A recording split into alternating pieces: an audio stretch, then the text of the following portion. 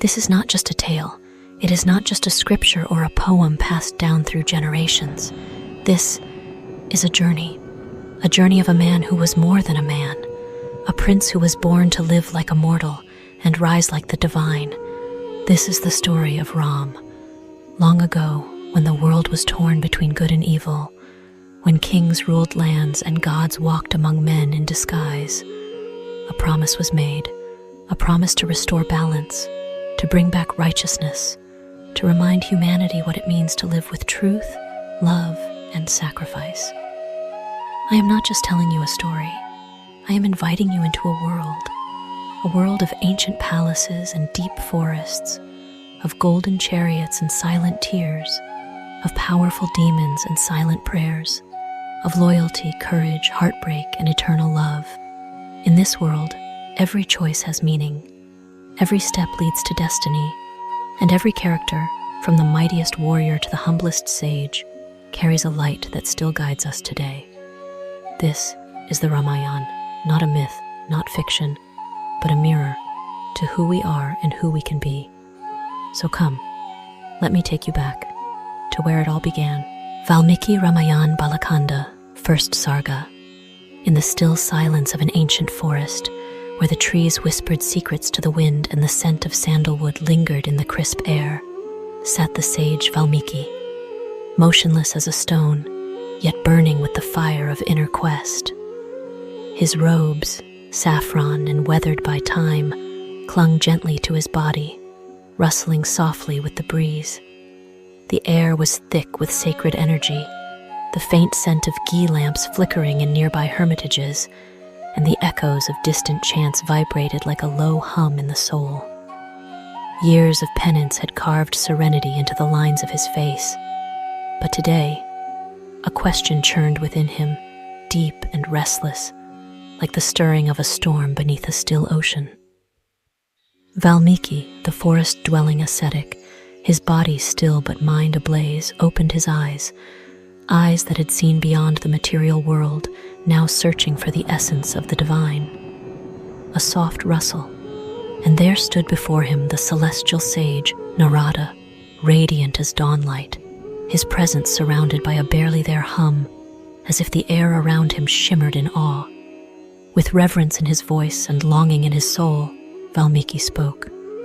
A question, ancient, primal, necessary.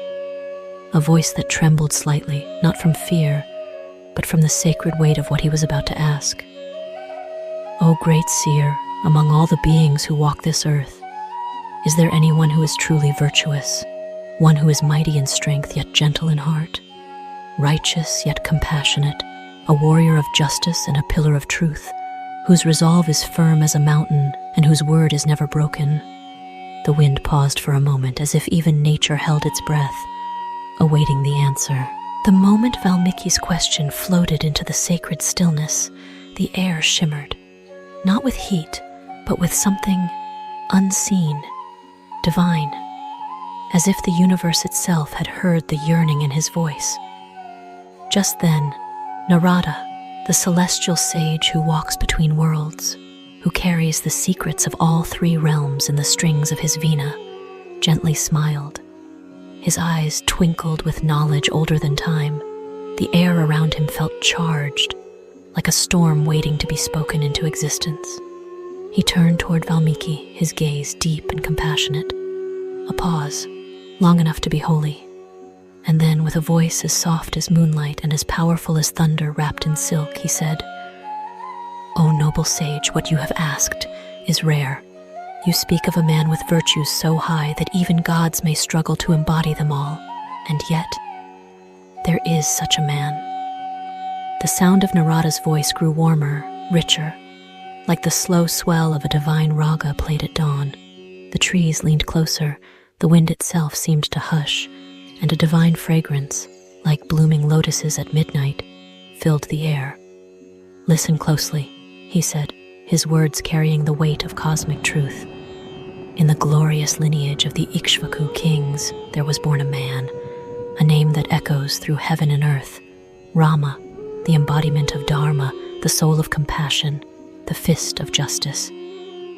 As Narada spoke, It felt as if Rama himself walked through the forest, not in body but in spirit. His presence, not seen but deeply felt, like a wave of peace washing through the jungle. He is the master of his own mind, never swayed by anger, desire, or fear. He is strength, not raw or reckless, but channeled, focused, like a river that carves stone. A man so luminous in character that truth follows him, not the other way around. Patient as the earth, firm as the mountains, and even the gods, yes, the gods, fear his wrath in battle. Narada's voice grew deeper now, filled with awe. He is wise beyond mortal minds. He knows justice, speaks with charm, and carries beauty not just in form but in soul. His shoulders are broad, made for holding burdens not just of war, but of the world. His arms stretch strong and long down to his knees, arms that have lifted bows heavier than kingdoms. His jaw is proud, his chest wide, a true warrior's form, blessed by the gods. As he spoke, even Valmiki's heartbeat slowed, as if his soul was listening more than his ears. His skin, radiant, golden, as if the sun itself softened to touch his body. His frame, neither too tall nor too short, perfectly formed. His eyes, wide and deep, like lakes that have seen eternity. He walks like he dances with dharma itself. A man who carries the sacred marks, signs of divinity etched into the very shape of his being. Then Narada's tone softened, filled with reverence. He is devoted to truth, yet never cold, fierce in battle, yet never cruel, learned in all scriptures, from the Vedas to the arts of war. He protects the weak, honors the wise, and shatters the wicked. The forest was no longer just trees and vines. It had transformed into a living temple, echoing with the name Rama. He is the ideal king, the perfect man, graced with memory, with brilliance, with charm, and with humility so deep it silences arrogance. His words bring peace, his presence brings joy. He is beloved by all, sages, soldiers, scholars, and even the silent wind. And then silence, not empty, but full of awe, full of light, full of Rama. As Narada continued, his voice turned gentler, like a sacred lullaby rising from the core of the universe. The sky above took on a twilight gold, as if nature itself bowed to the name he uttered next. Just as all rivers rush to meet the vast ocean. The sound of flowing water suddenly seemed louder, more alive. A stream nearby shimmered, the light on its surface catching like stars dancing over silver. So do all pure-hearted saints, the sages, the seekers. They are drawn to Rama. They seek him, not because they must, but because he is dharma made flesh, the peace their souls have longed for. Valmiki felt it, not as a thought, but as a pull, like gravity for the spirit. Narada's voice now painted Rama not as a man, but as a living pilgrimage, a divine meeting point where virtue itself comes to rest. He is the same to all, kings or beggars, gods or beasts. His justice is unshakable. His gaze, it holds no judgment, only deep understanding. Just to see him is to feel safe, as if your soul remembers something it never knew it had forgotten. The sage paused, the air now warm like incense, the forest still like prayer. He is filled, overflowing with every noble quality. He is the joy of his mother Kausalya, not just her son, but her radiance returned. Valmiki saw it then. In the vision, Narada was spinning with words, a mother's eyes brimming with pride and love, glowing as she watches her son, tall, calm, divine, walk past. The soft rustle of silk dhoti, the faint scent of sandalwood from his body, the metallic scent of the bow at his back. His depth, as deep as the ocean, endless, unknowable, steady. His patience, like the Himalayas, unmoved by storm, eternal, unmelted even by time itself.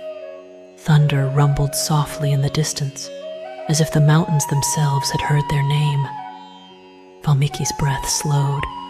He is mighty, like Vishnu, the preserver. His beauty, dazzling like gold kissed by the morning sun.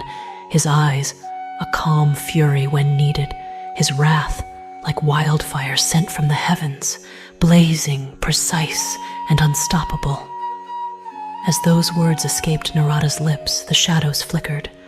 For a moment, the world felt the power Rama carried beneath his calm. And his love, like the earth herself, patient, bearing all, quietly holding the weight of countless sins, never breaking.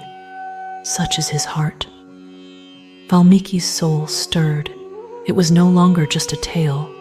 He could feel Rama's presence, noble, grounded, beyond words. In wealth, he is like Kubera, the lord of treasures. In restraint, he mirrors Yama, the god of justice.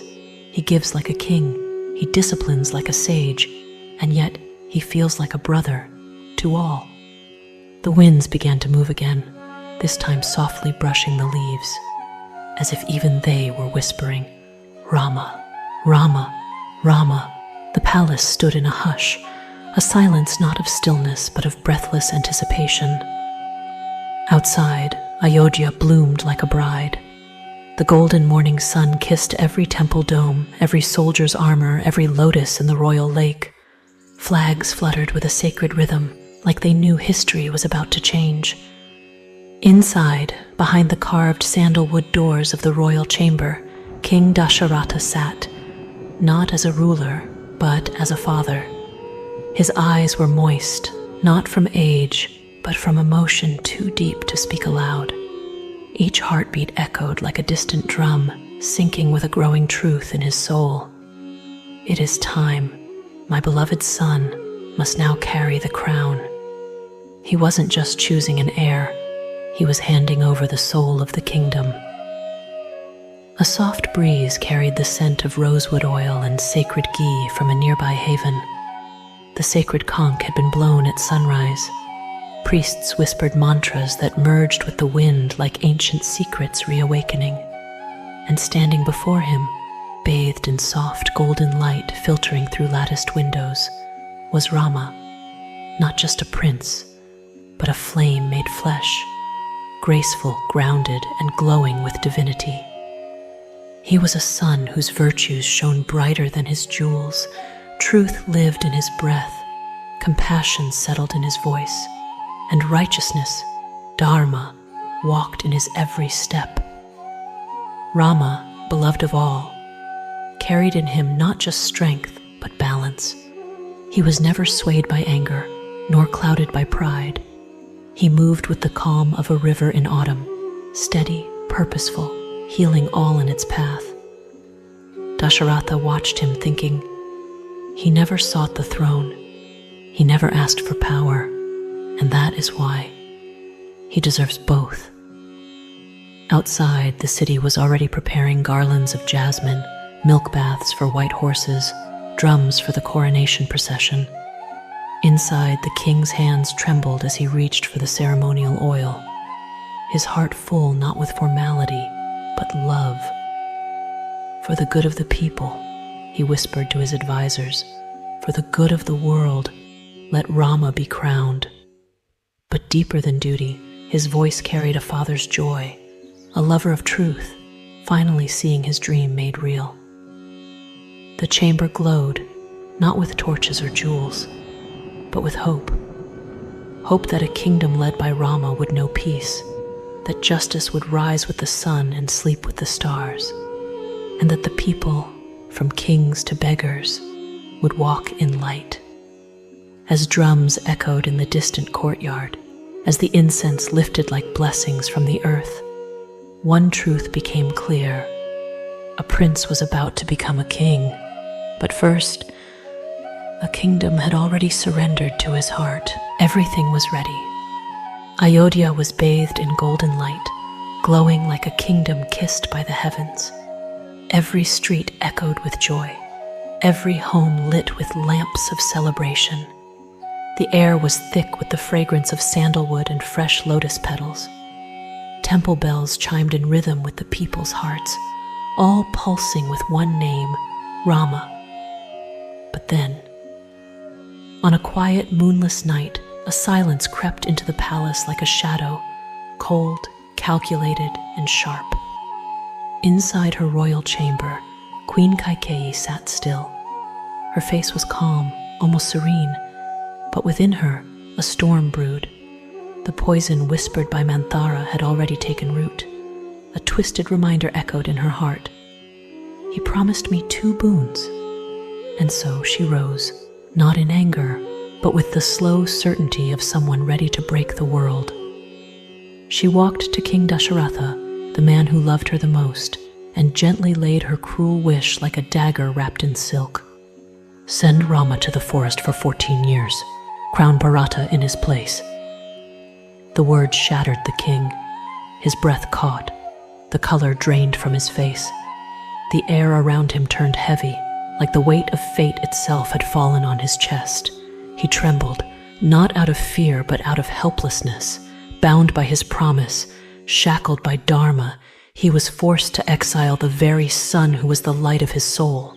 And Rama, oh, Rama, he didn't flinch. He didn't argue. With calm eyes and a heart vast as the ocean, he bowed his head and accepted his fate, like a divine warrior embracing destiny. The pain in his mother Kaushalya's eyes burned through his soul, but he held firm, for his father's word meant more to him than the throne, the crown, or even his own joy. Then came Lakshmana, loyal, fierce, and burning with love.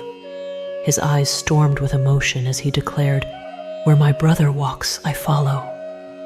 And Sita, the gentle flame, the goddess incarnate, with tears in her eyes and unshakable love in her voice, said softly, "I am your shadow, Rama.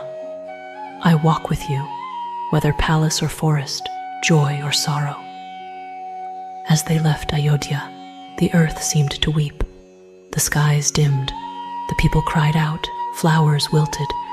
Even the birds in the trees grew silent. And King Dasharatha, he watched them fade into the distance, his heart breaking with every step they took, knowing that with his promise he had shattered his own soul. At the banks of the Ganga, under the soft rustle of forest winds and the sacred hum of river tides, Rama embraced his dear friend, Nishadraj Guha. He sent back the royal chariot and chose the path of dharma, duty, and sorrow, barefoot, cloaked not in silk, but in silence, sacrifice, and divine grace. The prince had become a wanderer. The warrior had become a sage, but his radiance, like the rising sun, had only just begun to light the world. As dawn broke over the dense woods, golden beams of sunlight streamed through the high forest canopy, scattering upon the earth like blessings from the heavens. A divine silence lingered, broken only by the gentle rustling of leaves and the distant cry of wild birds. Through these sacred woods walked 4 figures, luminous, divine, yet bound to the earth in exile. Rama, with calm serenity and godlike grace, led the way, his eyes filled with strength, but touched with sorrow too deep for words. Sita, graceful as the moon and strong as a silent prayer, walked beside him, her every step a vow of love and loyalty. Lakshmana, fierce and vigilant, remained ever watchful, his heart burning with duty, love, and the fire to protect. And Nishadraj Guha, the loyal forest king, their humble companion, walked with reverence, honored to share the path of gods in disguise. They crossed rivers that shimmered like threads of melted silver in the sun, some calm, others roaring and wild. The chill of the water clung to their feet, the riverbanks perfumed with wild jasmine and sacred ash. With each step through muddy terrain and thick groves, they left behind the comfort of royalty and embraced the silence of the wilderness.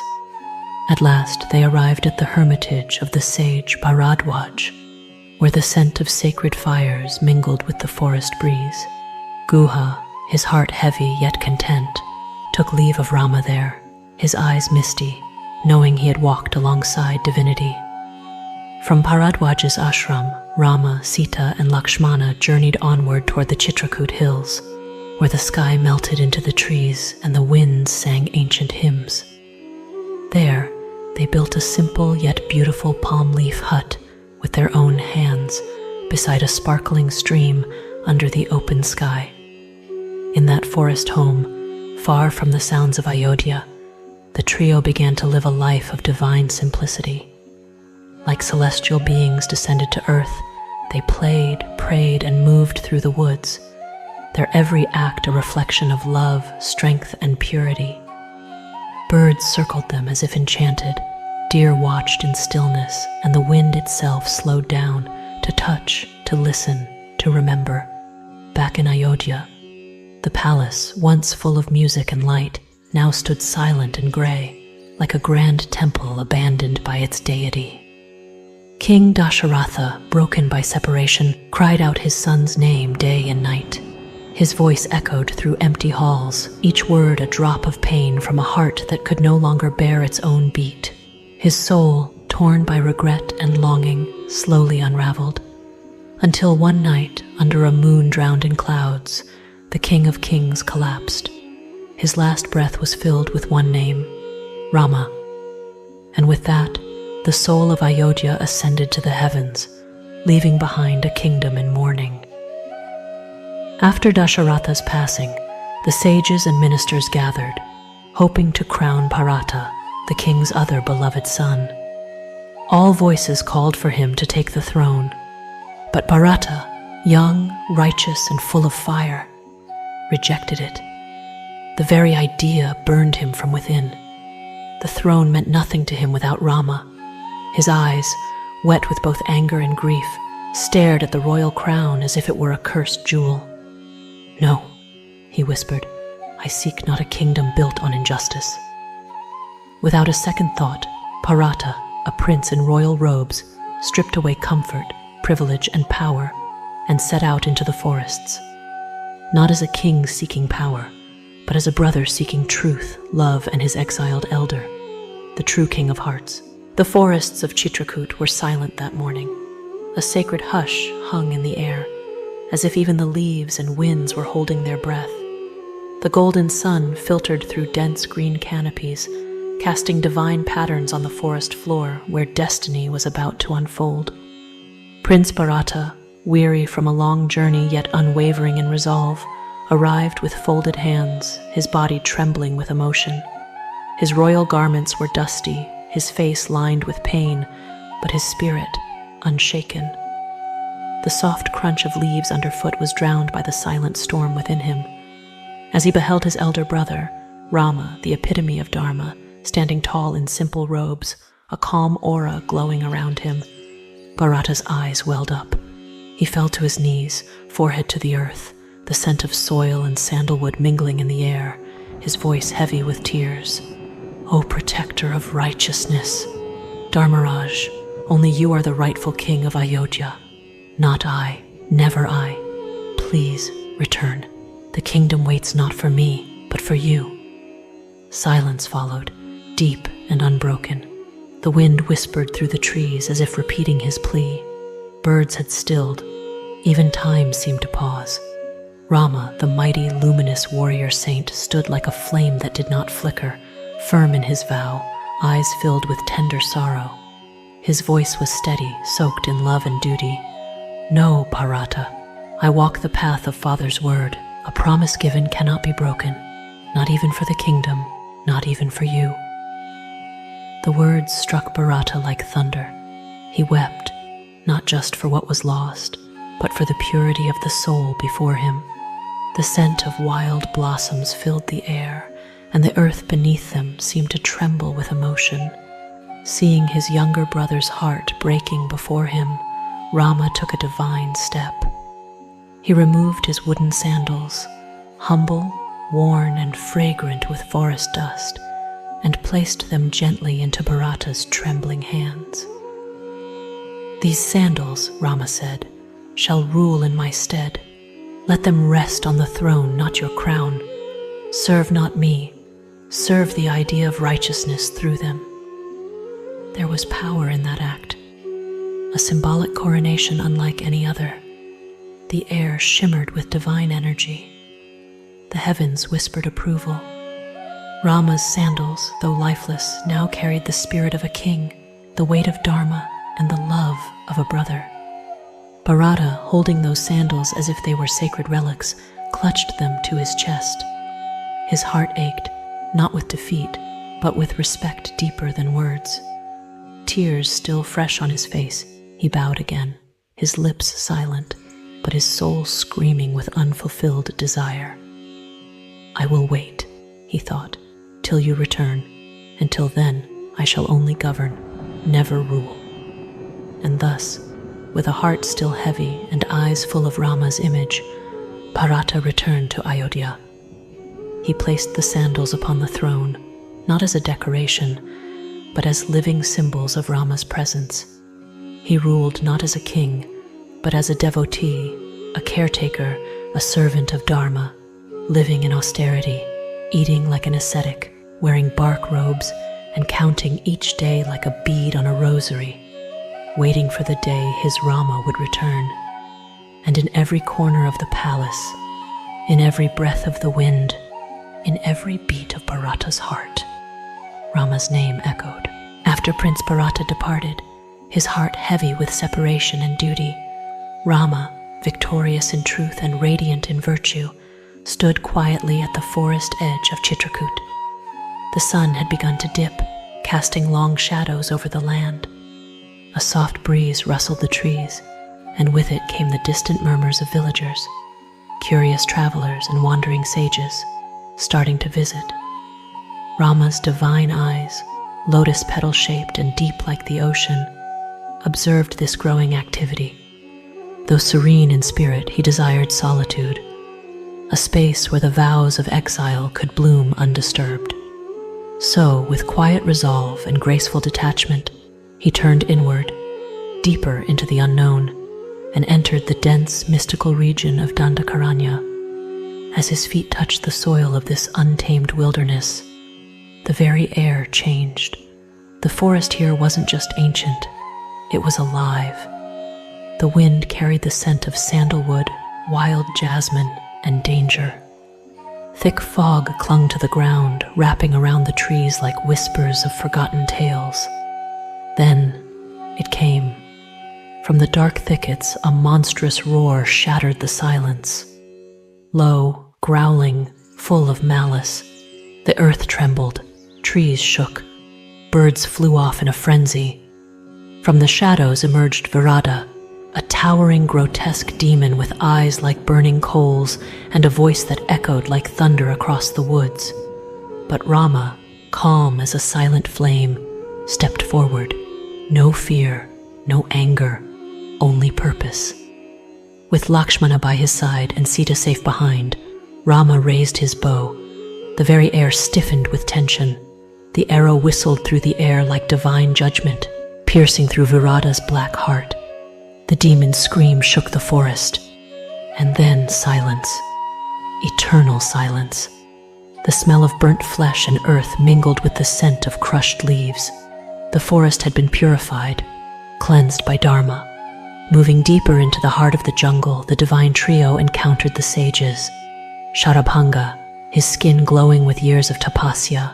Sutikshna, whose voice resonated like the hymns of Vedas. And finally, the wise and powerful Agastya, glowing like a lamp of wisdom amidst the shadows of the forest.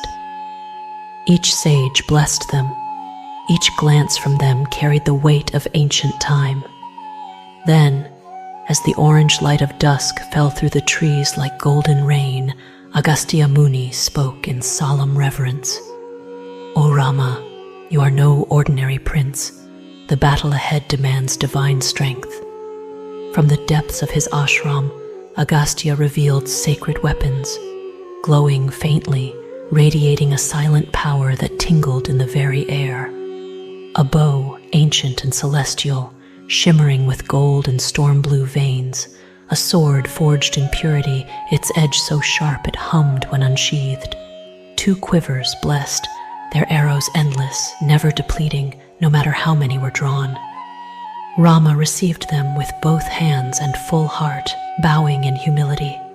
A breeze rose gently, as if the forest itself acknowledged the beginning of something epic. As he touched the weapons, a spark flowed through his body, not just of might, but of responsibility. These weren't weapons of war. They were tools of destiny. One dusky twilight, deep within the forest where trees whispered ancient secrets and the scent of damp earth hung thick in the air, Rama, serene yet watchful, was living among the wilds. Birds chirped softly in the canopy above. A gentle breeze rustled the leaves. Sita was nearby, humming as she gathered herbs. Lakshmana, ever vigilant, stood guard like a silent flame. And then they came. From the shadows of the sacred woods, sages arrived. Not one, not two, but dozens of them. Their robes dusted with travel, their eyes glowing with wisdom and pain. The forest stilled at their presence. Birds fell silent. The air grew heavier. Even the wind bowed. Each sage bore the same message, carved not in words but in anguish. "O Rama, protect us. These forests are no longer safe. The demons, the Rakshasas, slaughter us during our prayers. Our sacred fire turns cold with fear. We are helpless." Their voices quivered, but not with weakness, with faith. Faith that Rama, the exiled prince, was more than mortal. Rama's eyes darkened. His jaw clenched not with rage, but purpose. A silent fire rose inside him, dharma blazing in his chest. As the last sage finished speaking, Rama's voice rose, low and resolute, like thunder before a storm. "I vow, I will rid this forest of evil. As fire consumes the dry wood, so shall I burn away these Rakshasas. I shall protect the innocent. This I swear." Lightning cracked in the distance, echoing his promise. Days passed, then came her. From the depths of Janasthana, through the winding paths of the wild, arrived a grotesque, seductive, shape-shifting demoness, Shurpanakha. Her eyes were crimson, her laughter sharp like glass. She watched Rama and Sita from afar, burning with envy, lust, and darkness. She approached Rama with false sweetness, her voice dripping venom behind charm. But when Rama, composed and compassionate, gently turned her down, she turned her desire into fury. She lunged toward Sita, eyes blazing, teeth bared. Before she could touch even a strand of Sita's hair, Lakshmana's blade flashed like lightning. A sharp scream tore through the forest as her nose, symbol of pride, fell to the ground. Blood mixed with leaves. Her shriek echoed like a curse into the sky. Shurpanakha fled, howling in humiliation, vowing revenge. What followed was war. She summoned her brothers, Kara, Dushana, Trishira, and legions of nightmarish demons. The sky blackened with their presence. The ground shook with their march. Drums of war thundered through the jungle. But Rama stood still. His bow, divine and ancient, glowed in his hand. Lakshmana stood beside him, steady as steel. Sita watched from within the hut, protected by love and resolve. And then the battle roared to life. Arrows flew like lightning bolts, each one a streak of divine justice. The air crackled with energy. The smell of sweat, blood, burning bark, and ozone filled the battlefield. Rama moved like wind, like fire, like destiny itself. One by one, Kara, Dushana, Trishira fell. The demons screamed. The trees wept. The earth drank blood. And silence followed. A silence that thundered louder than any war cry. The sage's prayers could now rise without fear. The forest, once tainted by evil, now breathed peace. And Rama, no longer just an exiled prince, had become the protector of righteousness, the living embodiment of dharma in the heart of the Dandaka forest, where ancient trees whispered of forgotten curses and moonlight barely kissed the forest floor. Rama, guardian of dharma, stood tall. The air was thick with the metallic scent of blood, the ground littered with the fallen. 14,000 Rakshasas, demons born of darkness, armed with black magic and savagery, had fallen to his bow. One by one, with arrows that gleamed like fireflies of justice, Rama had torn through their monstrous ranks. The sky had roared with thunder, and the earth trembled beneath his divine fury. The cries of the slain still echoed faintly, fading into silence like a storm's aftermath. But far across the waters, in the golden halls of Lanka, a king stirred. When Ravan, lord of the Rakshasas, heard of the massacre, his eyes flared open like twin suns of fire. A scream of wrath exploded from his throat, shaking the marble pillars of his palace. His long black hair unraveled like serpents. The scent of sandalwood in his court curdled into smoke. He was a storm given form, powerful, proud, and now utterly enraged. In the darkened chamber lit by flaming torches, Ravan turned toward his uncle, the aged and powerful Maricha, a demon well-versed in illusion and fear. His voice was low, seething with venom. "Maricha, I want vengeance. I want Sita." The elder demon, sensing doom in the air, stepped back. His voice trembled with truth and wisdom. "O King Ravan, do not provoke this war. Rama is no mere man.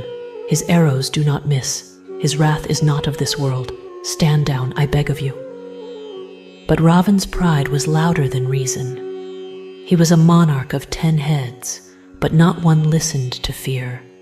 Blinded by rage and stirred by fate itself, the strings of destiny pulled taut by time's own hand, Ravan dismissed Maricha's warnings, and so, against the cold wind rising from the southern seas, the two set forth. Their golden chariot, glowing like the cursed moon, soared above forests and rivers, carrying with it the scent of coming doom. Unseen, unheard, like shadows gliding over the land, they approached the ashram of Rama. But the air around the forest had already changed. Birds had fallen silent, leaves hung limp, even the stars above flickered with dread. The first piece of Ravan's game had been placed, and the war for Sita had begun. Under the shadowy veil of twilight, the forest held its breath. In that silent stillness, the cunning demon Maricha, cloaked in illusion, roared like a golden deer, his voice a haunting melody laced with enchantment. Rama and Lakshmana, deceived by this trick, left the ashram, chasing the illusion deeper into the trees. And in that fateful absence, like a snake slithering into a sacred shrine, Ravan, king of Lanka, descended in disguise. His presence chilled the air. The scent of sandalwood turned into the smoke of betrayal. Eyes ablaze with greed and vengeance, he approached the innocent Sita, whose soul radiated purity like a lotus under moonlight. With a flash of his 10-headed fury and the crackling of dark magic, he snatched her, tearing her away from her home, from her love, from light itself.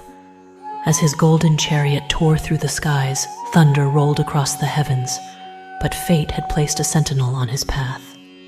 The great vulture king Jatayu, old but fierce, soared from the treetops like a divine flame, wings wide as storm clouds, voice booming with justice. "Ravan, return her or face your end." A clash erupted in the skies. Wings beat against blades, blood spilled across the winds, but Ravan's might was unyielding. He struck down Jatayu, and the guardian fell, bleeding, broken, into the forest below. When Rama returned and saw the dying bird lying amidst shattered branches and blood-soaked leaves, his heart shattered. The forest, once vibrant, now echoed only with his grief. His hands trembled, breath shallow. Every sense within him rebelled. His eyes blurred with tears, his voice cracked with pain, and the air around him turned suffocating. He knelt beside Jatayu, whispering his name, cradling the warrior who fought for love and righteousness. "You are no bird," Rama wept. "You are a hero greater than kings." And with sacred fire gathered from the forest's heart, Rama performed Jatayu's cremation as the wind howled and the flames carried the noble soul to the heavens. Still carrying the weight of sorrow like a mountain on his chest, Rama wandered deeper into the wild, searching, calling, listening to the forest for any sign of Sita. There, in the thick of haunted woods, he came face to face with a grotesque, terrifying demon named Kabanda, a twisted form of flesh and rage, mouth on its stomach, arms stretched like dead trees. The sky turned gray, thunder rumbled, the air reeked of decay. With arrows like lightning bolts, Rama destroyed the beast. As the demon lay dying, his form transformed, cleansed of sin, and with a peaceful smile, he whispered, "Seek out the hermitage of Shabari, the saint of pure devotion. She waits for you, Rama, guided by faith, ready to show the next path." And with that final breath, Kabanda's soul soared free, leaving behind the ashes of curse and the fragrance of redemption. The path was silent, covered in falling leaves and echoes of the past. Birds cried somewhere high in the canopy as Rama, son of King Dasharatha, walked through the dense forest, his every step heavy with loss, yet fueled by purpose. His eyes, still misted with grief, held the fire of divine determination. Through winding trails and sweet-scented trees, he arrived at a humble hermitage, the home of Shabari, the aged ascetic who had waited for him for years with a heart full of faith. As Rama entered, the air shimmered with reverence. Shabari's eyes filled with tears, of joy, of divine recognition. Her soul trembled as if touched by eternity itself. With trembling hands, she offered him wild berries, tasting each one before to ensure they were sweet. She bowed low, her wrinkled hands caressing the earth near his feet. The scent of incense filled the hut, and the forest outside grew silent, as if witnessing a sacred reunion. "You've come at last, Lord," she whispered. "My years of waiting are fulfilled." Rama, his voice gentle like evening breeze, blessed her. She smiled, her soul ascending in peace, like a flame merging with the sky. From there, Rama continued his journey and reached the banks of the sacred Pampa Lake, its waters shimmering under the golden light of dusk. The breeze carried the scent of wet earth and lotus blossoms. And then, a shift, a presence. From among the trees, a mighty figure emerged, nimble, sharp-eyed, his posture humble yet powerful. It was Hanuman, the Vanara with the heart of a sage and the strength of a storm. "Who are you, noble stranger?" Hanuman asked, his voice like thunder softened by devotion. As their eyes met, a connection was born, not just of introductions, but of fate intertwining. Moved by divine intuition, Hanuman led Rama to the mountain stronghold of Sugriva, the exiled king of the Vanaras. As they climbed the forested hills, the air buzzed with anticipation. Monkeys leapt from branch to branch, curious yet cautious. At the summit, beneath the sky dyed orange by sunset, Rama and Sugriva stood before a sacred fire. The flames danced between them, casting golden reflections on their determined faces. With hands joined, hearts bared, and the fire as witness, they forged a sacred alliance, one of friendship, honor, and vengeance. "I seek my wife, Sita," Rama declared. "And I my throne," Sugriva replied. There was no need for oaths. Their eyes held more truth than words. In the quiet that followed, Sugriva, his voice choked with memory, spoke of his own exile, of betrayal by his brother Vali, of humiliation, of days hiding in caves with the skies mocking his fear. Rama listened. His heart, still cracked with grief, now burned with empathy and resolve. He understood exile, he understood pain, and now he would wield it as a weapon for justice, for both Sugriva and Sita. The golden light of morning spilled through the trees, scattering across the mountain ledge where Rama stood, calm, composed, yet burning with divine might just beneath the surface. Beside him, Sugriva, the exiled monkey king, wore an expression of deep doubt cloaked in politeness. His heart wrestled with hesitation. Can this man truly defeat Vali? His eyes are gentle, But does he possess the strength of gods, as they say? Sugriva turned toward Rama and spoke with wary reverence. My lord, before we challenge Vali, allow me to show you his power. He led Rama to a massive clearing where the remains of the demon Dundubi lay, a gigantic skeletal corpse, rotting yet imposing like a fallen mountain. The stench of ancient blood still clung to the air. Vultures circled above, and flies buzzed like whispers of old battles. He killed this beast with his bare hands, Sugriva said, his voice tinged with awe and fear. I've seen no one match him, not even among gods. Rama didn't speak. He only smiled faintly, the corners of his mouth curling like the calm before a storm. Then, without effort, he nudged the monstrous skeleton with his toe. Just his toe. And like thunder cracking the sky, the bones flew through the air, crashing down 10 yojanas away with a sound that shook the ground and sent flocks of birds into panic. Sugriva's eyes widened, breath caught in his throat. But Rama wasn't finished. Still unsure, he said gently, walking toward a cluster of 7 ancient sal trees, their trunks thick as towers, their roots tangled deep into the earth. He drew his bow, the divine weapon that shimmered with golden fire. The air grew still. Even the wind paused in reverence. Swoosh! One arrow, just one. It pierced all 7 trees, bored through the mountain behind them, and disappeared into the underworld itself, shaking even the foundations of the earth. The sound echoed through the valleys like the voice of destiny. Sugriva's knees went weak. His heart, once clouded with doubt, now blazed with faith. Tears welled in his eyes, not from fear, but from realization. He had found his true ally. His hope was no longer a flicker, but a raging fire. This is no mere man, he thought. He is the storm, the one who will end my brother's reign. With newfound conviction, Sugriva bowed deeply and invited Rama to the hidden cave of Kishkinda, where the next chapter of destiny awaited.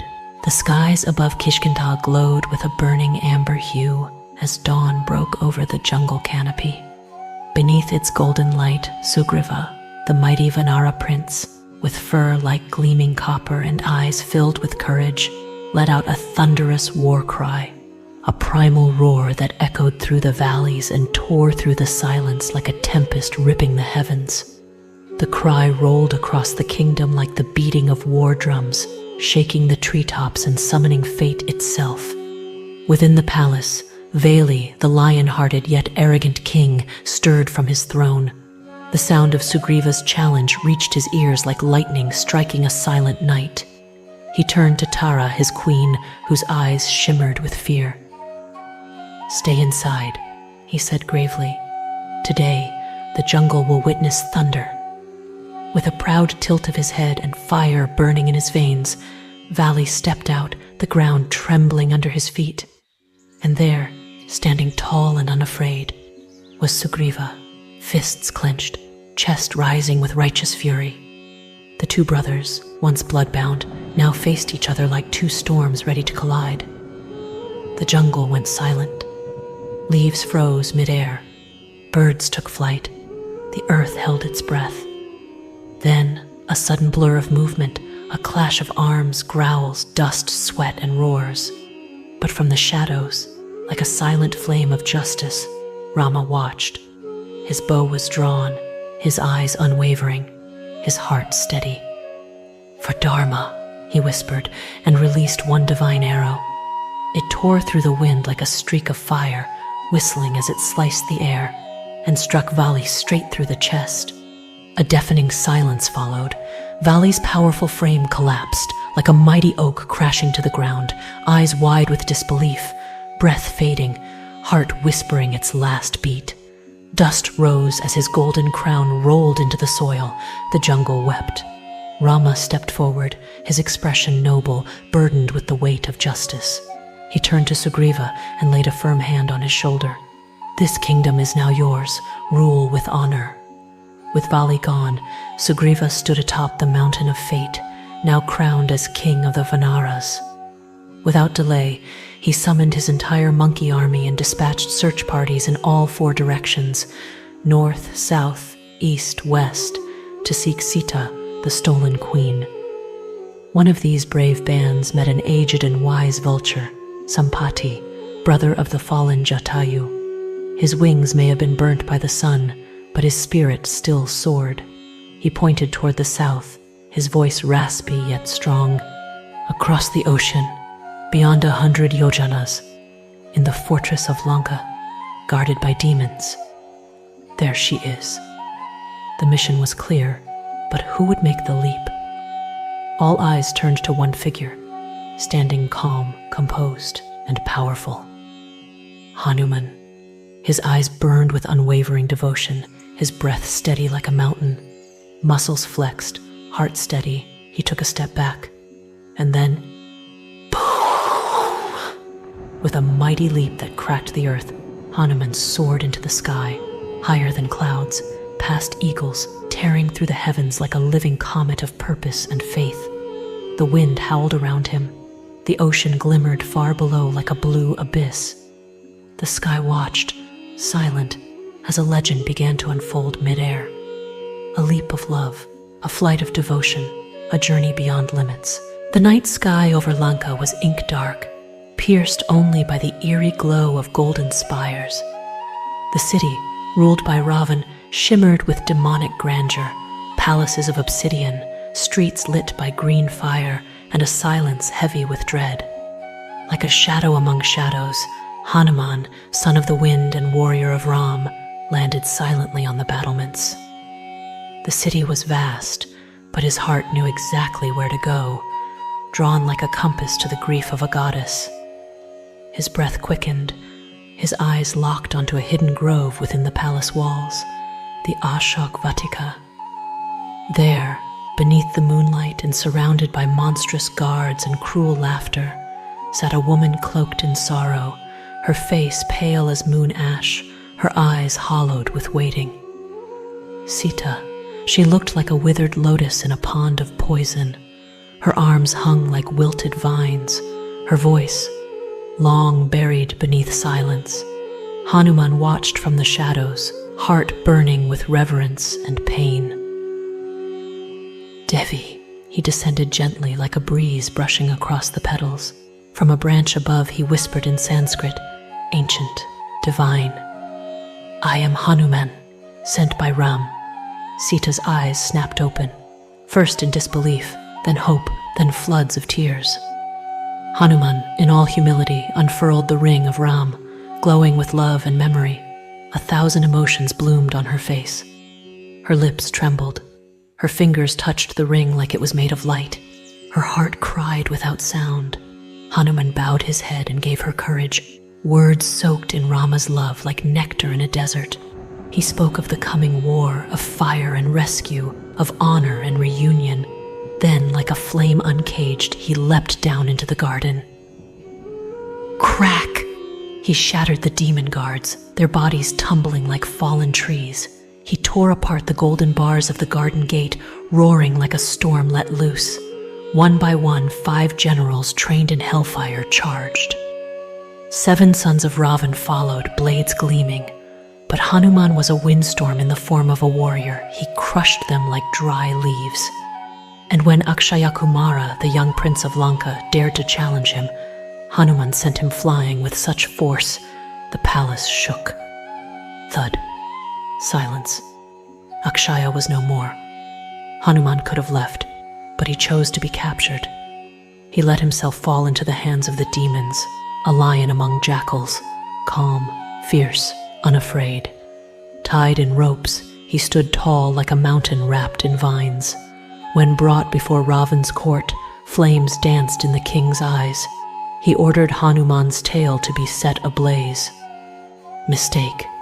As the torches licked his fur, Hanuman closed his eyes, remembered Ram, and grew. The flames turned golden. Then, boom! He exploded from the palace like a thunderbolt, his tail a burning serpent. He He leapt across rooftops, fire trailing behind him. "Jai Shri Ram!" he roared, and Lanka burned. The sky turned red, towers collapsed, demons screamed. Sita watched with wide eyes as the city of her captors was painted in the glow of Hanuman's rage.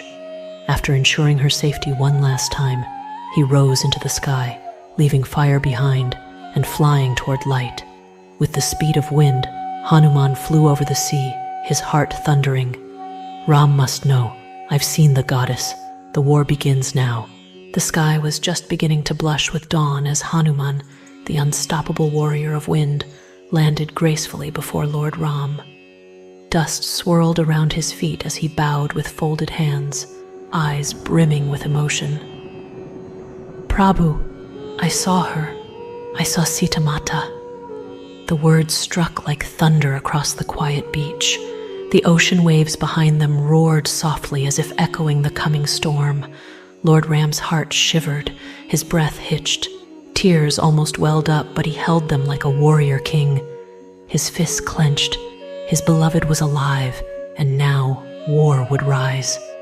Ram, accompanied by Sugriva and his mighty Vanara army, stood before the mighty ocean, its vastness stretching like eternity. The air was thick with tension, the sky darkened with gathering clouds. Ram's eyes burned like molten gold. He raised his bow, Kadanda, and pulled a blazing arrow that glowed like the sun. Swoosh! He released it into the sky with a thunderous twang. Boom! The arrow ripped through the clouds and slammed into the sea with a quake-like blast, sending up a towering wall of steam and waves. The ocean trembled. Then, from the depths emerged Samudra Dev, folded hands, glistening with humility. "O Ram, forgive me. I now show the path. Build your bridge. Let your glory pass through me." At the ocean's call, Nala, son of the celestial architect, stepped forward. Rocks, mountains, and trees were carried by Vanaras, chanting Jai Shri Ram. The bridge, a marvel of divine will and monkey strength, rose over the waves, stretching all the way to Lanka. The air sang with chants. The ocean wind carried hope. Ram marched into Lanka like a storm cloaked in silence. The sky raged above. Lanka burned below. In a battle that shook the three worlds, Ravan, 10-headed, crowned in arrogance, met his end at the hands of Ram, the embodiment of dharma. With a final arrow glowing like the breath of destiny itself. Swish, thunk. Ravan fell. A silence deeper than death spread across Lanka. Sita was found. But as the sky cleared and winds calmed, a different storm rose. In the great assembly of warriors and kings, Lord Ram stood silent, gaze steady yet torn. "O Sita, though I fought the war for Dharma, I must ask, how can I take back a woman who stayed in another's house?" A gasp ran through the crowd. Sita's face turned white, not of fear, but of righteous fire. Her eyes did not blink. Her voice did not break. "If even Ram doubts my purity, let Agni, the god of fire, decide." Without a flinch, she stepped toward a roaring pyre, built high and glowing. The flames roared, wind shrieked, Hanuman trembled, Lakshman cried out, the world held its breath, and then she walked into the fire. The fire, instead of burning her, curled around her like a lover. Soft golden flames danced over her like petals. The heavens burst open as Agni Dev himself emerged, cradling Sita in arms of flame.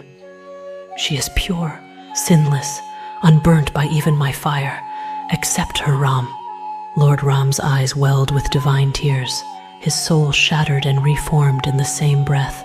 He stepped forward, bowed his head. "Forgive me, Devi." As the lovers were reunited, the heavens thundered with joy. Devas and rishis chanted, flowers rained from the sky, birds sang like flutes. The earth trembled, not in fear but in ecstasy. Dharma had triumphed, love was restored, and the world was at peace. As the smoke of battle settled and the sun rose golden over the ruined towers of Lanka, Lord Ram, glowing with divine serenity, was now worshipped by all the gods themselves. A gentle breeze stirred the ash-laden air, carrying the fragrant scent of sandalwood and lotus from the divine hands that blessed him. The sky shimmered with a golden hue, like the heavens themselves had bowed in gratitude. Ram's aura was no longer of a mortal prince, but of a god returned from exile. Tears flowed silently down Vibhishan's cheeks as Ram, with the warmth of the sun and the strength of the mountains, placed the royal crown upon his head. "Rule with righteousness, O King of Lanka," Ram's voice echoed, both gentle and thundering. "Let your reign be built on dharma and compassion." Drums rolled across Lanka's ramparts, conch shells blared, flowers rained from the skies as the entire city pulsed with celestial joy. Even the gods above could not contain their happiness, a joy that surged like a tidal wave through heaven, earth, and underworld alike. There was no measure to the happiness in that moment. After the coronation, Ram stood atop the highest tower of Lanka, looking into the horizon as divine beings descended like stardust. They approached him with folded hands and eyes full of awe. "Ask, O son of Dashrath," they said, "for any boon you desire." But Ram asked not for power, nor wealth. "Let the fallen Vanaras, my brothers in battle, return to life." There was a pause, and then a miracle. The earth shimmered, the air burst with music, and one by one the brave warriors who had fallen rose again, blinking into the light like newborn stars. Cheers and tears flowed together in that divine moment. The Pushpak Vimana, gifted by the gods and glowing like a floating palace of gold, stood waiting, its doors open, stairs lowered, and wings wide like a bird of heaven. Ram stepped aboard, flanked by Lakshman, Sita, Hanuman, and the revived Vanaras.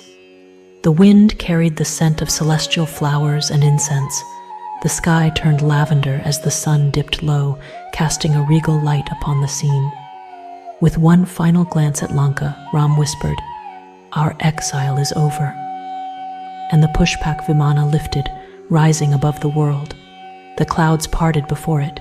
Birds flew beside it. The music of the gods followed in waves. From above, the rivers shimmered like silver threads, and forests looked like emeralds.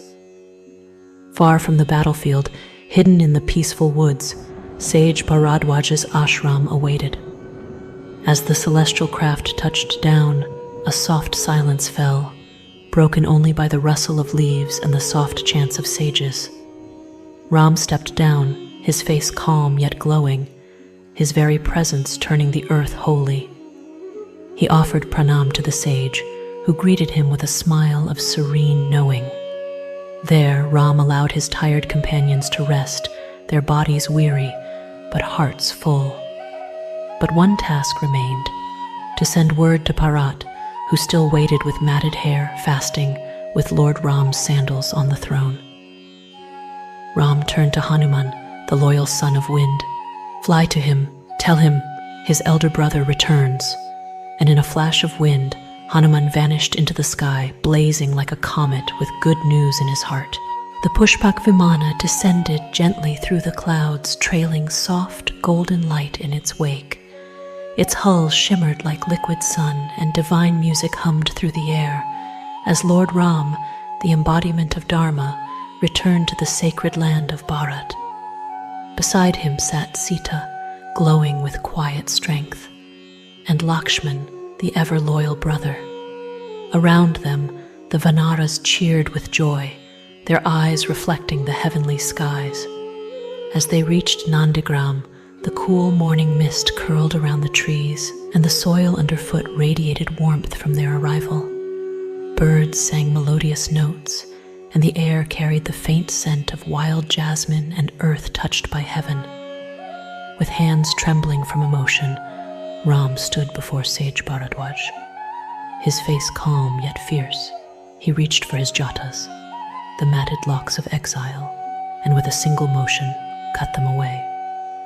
As the strands fell, a silence echoed, as if time itself paused to honor the ending of a great vow. "Today," Ram whispered, I return not just as a king, but as one who has walked through fire, war, and separation, and still chosen peace. Ram reclaimed his throne, not as a conqueror, but as a divine guardian of his people. And with that coronation, a new era began, an age of righteousness, prosperity, and joy. The land flourished. No one in the kingdom would die before their time. No woman would be widowed. No child would lose their parent. No home would burn. No creature would drown. No disease, no sorrow, no hunger, no fear. The very air seemed lighter, the waters purer, and the soil richer. It was as if Satya Yuga, the age of truth, had returned to earth. In every village, gold and grain overflowed. People sang with joy, slept without fear, and lived long, meaningful lives. Even the wind that passed through Ayodhya carried a sense of peace, as if the gods themselves walked beside men, and the stars above watched in satisfaction. The Mahayashasvi, the glorious Lord Ram, went on to perform 100 Ashwamedha yajnas. Each sacrifice was offered with pure intent and divine fire, and to every sage and Brahmin he gave uncountable wealth and cattle by the millions. Kingdoms flourished, dynasties rose, dharma ruled supreme. He preserved the varnas and the duties of each soul, maintaining balance in creation, a guardian of cosmic order. And when the time came, after 11,000 years of divine rule, Ram, the avatar of Vishnu, looked upon his kingdom one last time. With peace in his eyes and divine stillness in his soul, he ascended to Vaikuntha, his eternal home. Welcomed by the devas, the sages, and the echoes of all who had ever loved him. This story, as told by the sage Valmiki, is not just a tale. It is a mirror of purity, a destroyer of sin, and a path to heaven. He who reads it with love will be freed from all sins, will live a long, peaceful life, and after death will rise to the celestial realms, reunited with their ancestors, family, and soul companions. For a Brahmin, it grants knowledge. For a student, it grants mastery over the world. For a merchant, success in trade. And for a warrior, immortal honor. Thus ends the first chapter, Balkand, of the timeless Ramayana, the soul of Bharat, the song of Dharma, and the eternal light of Lord Ram.